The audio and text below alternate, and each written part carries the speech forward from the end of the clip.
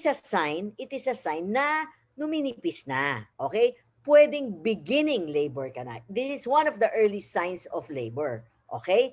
Show, However, diba? oh yes, it's a show, no? Okay. But show, again, hindi naman pag nagka-show ka, ito na, manganganak ka na. Hindi ganon, no? It's beginning, no? You have to anticipate. So usually, di ba, Malu, this is our advice to our patients, that kung may lumabas na dugo, you contact us or you go to the hospital. Yung last two na sinabi mo, Malu, no? Yung tubig or yung regular na paninigas, no? These are all part and parcel of the signs of beginning labor, okay? It may not come the three together, no? It may not come one after the other, no? Pwedeng mauna isa, no? All of this collectively, no, will tell you na nagbibigin labor. Kasi Malu, alam mo, there's some experiences with buntis Pag sinabi mo, okay, Mrs. wait for dugo, wait for tubig, wait for regularity of contractions. Ihintayin nila lahat yan tatlo bago pumunta Hindi. All of these three, any of these three, is a sign that you are beginning to be in labor. Okay. Pero Malu, if you are going to ask me, which of the three is the most important to me, I will tell you, as a perinatologist, no? Okay, as an expert on high-risk pregnancies, na yung tubig ang pinaka-importante. Kasi marami diyang momshi na nababasa ang undies nila Okay? Kala nila ihi lang. No, but you know, pag may inkling ka na may nababasa, ibig sabihin nun, nabutas na ang panubigan mo So pag nabutas na ang panubigan mo, pwede nang umakyat yung bakterya. And hindi mo na pwedeng pagdagalin yung labor Dapat yun, pumupunta ka na kaagad sa ospital Kasi forced to good, kailangan ka na paanakin. Kasi it's a matter of hours wherein no, pwedeng maapektuhan or ma-infection ang baby mo. Di ba, Malu? Yes. Okay. At kapag nangyari yon, magkakaroon ng problema sa tibok ng puso ng baby. Pagkakita sa ospital, wala na. Mrs., di na pwede mag-normal. CS na. Dahil nagtagal na ang wala na panubigan, di ba? Correct, Malu. Correct. So these are the signs that the patient has to go to the hospital already to seek already management from the obstetrician. At tawagan nila kaagad yung OB, di ba? Yeah. Okay. Sige, galing. Okay. Naku, ito na. Nanganak na siya. Okay. After na manganak, ito na. Di ba? Ang problema ng breastfeed, etc., etc. Ano ba ang mga pinaka-common na nagiging problema o issue ng mga buntis after manganak? Okay, Malu. Yan.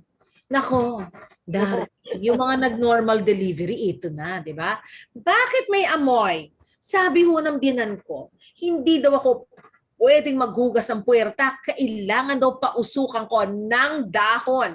At hindi lang basta dahon, ito girl, bayabas. Oh, di ba? Oh, ito ba may basis? Okay. Well, you have to correlate with the practices. We're not saying that the old practices are totally wrong, but probably they have to know why, no, the things are. O pangalawa, ito na. Sabi ko, wag ako maligo. Ako po ay mabibinat. Nako, Dr. Rivera, pakilinaw lang itong mga ito. Okay, Malu, alam mo, di ba? Pag nagpaanak tayo, maraming dugo yan. Di ba? Okay. And we all know that blood is a very good medium for bacteria. Okay? Plus, may sugat yan. Most of the time, may sugat ang puwerta. Okay? So, it would help and being hygienic, no, about that area. No? So, we usually advise that when the anesthesia wanes off, they can take a bath. No? However, ang ayaw natin yung tub baths. Yung sa bathtub. Kasi mapapabad ng matagal. Diba? Okay. Pwede pang hindi masyadong malinis yung tubig. So, doon pwede ma-infect. Okay? Ngayon, ibang usapan, Malu. No? Okay. Kasi merong mga emotional and physical benefits Pag naligo ka, syempre, feeling mo ang sarap-sarap, fresh na fresh ka. Kesa, you know, sometimes, di ba, we see patients 1 week, di naliligo. Oo. When they come back to us for Bibinat.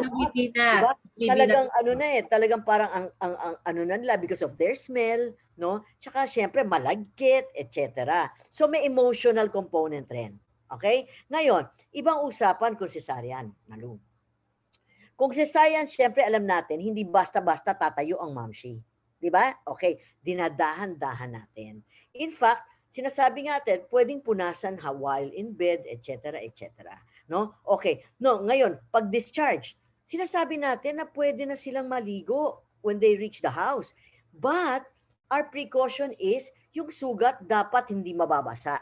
No? And fortunately now, marami namang, 'di ba, wound dressing na waterproof na nilalagay natin na maski Oo. maligo ka, hindi mababasa. Yun ang binibigay na ngayon para makaligo sila. Oo, oo. So as you see, Malu, no, it is very important, no? Okay, it is very, very important to be hygienic.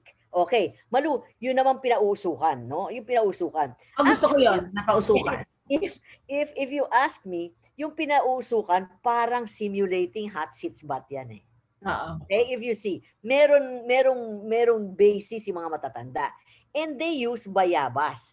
Bayabas has been known to have antiseptic effects. Okay? Okay. So pwede pinausukan, pero hindi lang yun ang sole means of cleansing. Pwedeng additive. Wala tayong pinagbabawal doon. Pero syempre, huhugasan mo muna yung dahon ng bayabas. Ha? Baka mamaya pagkapitas yun ang lalagay mo. Okay? Additive yun. Wash first.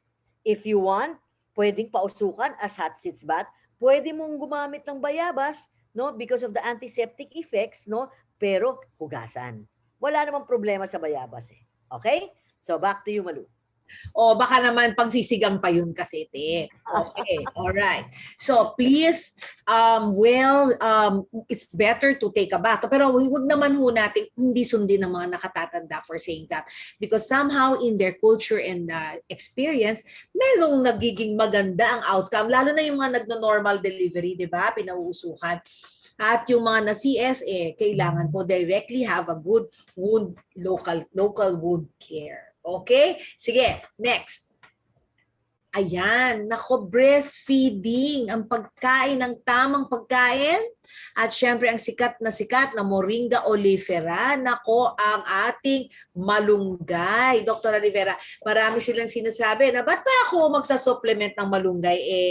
Ano naman, kaya kong kumain na sobrang daming malunggay, no? Pareho ba ang nutritional content nito? At importante ba ang malunggay sa pagbe-breastfeed? Generally, does it help put Okay, up Malu. a lot of milk? Malu, kasi alam mo, ang malunggay, galactogog siya. Ibig sabihin talagang nakaka-stimulate siya ng milk production. And this is not only dun sa mga husto sa gulang. Ha? May mga studies na even sa preterm, no? Ano siya, yung preterm birth, yung hindi pa dapat manganak ang mami, nanganak, nakaka-stimulate pa rin siya. In fact, may isang study dito na ginawa sa Pilipinas na kinumpare, no, yung mga breastfeeding mothers na kumain ng malunggay at yung mga hindi. Yung mga kumain ng malunggay, mas madami ang breast milk volume, mas maganda ang weight gain ng baby nila. So may talagang basis that malunggay can help. Tsaka recommended na siya di ba? Recommended. Yeah, but Malu, ito ang misconception Akala ng mga mamshies, pag kumain lang sila ng malunggay, lalagay sa tinola, sa sabaw, di ba? Na enough yun. Hindi. It would take probably a whole tree for you to get the benefit, to eat the whole tree, to get the benefits of malunggay. Kasi ang malunggay leaves, mas nagiging potent siya pag dried. O sabihin nila, dry nila. Mas nagiging mabisa. Yeah. Okay, mas mabisa pag dry, no? And it has 3 to 5 times more nutrients than yung fresh hip. Ba't ka pa naman magdadry ng malunggay, magpa-pound ng malunggay? May nabibili naman mga kapsula. Na mura lang, Malu. These are not expensive drugs. No? Yeah. So, this we already recommend. Yes. Okay? And of course, it's in support of the breastfeeding program, no? Na yun talaga sinusunod yan. Nag-uumpisa yan sa EINC, doon pa lang sa pagka-deliver, yung latching kaagad, no? Na-orienta sa breastfeeding yung baby. Yes. Okay. So, back to you, Malu. Okay. So, Leah Rivera, meron pa ba tayong pag-uusapan tungkol dyan? O natackle na natin lahat? More or less covered everything already, Malu. Okay.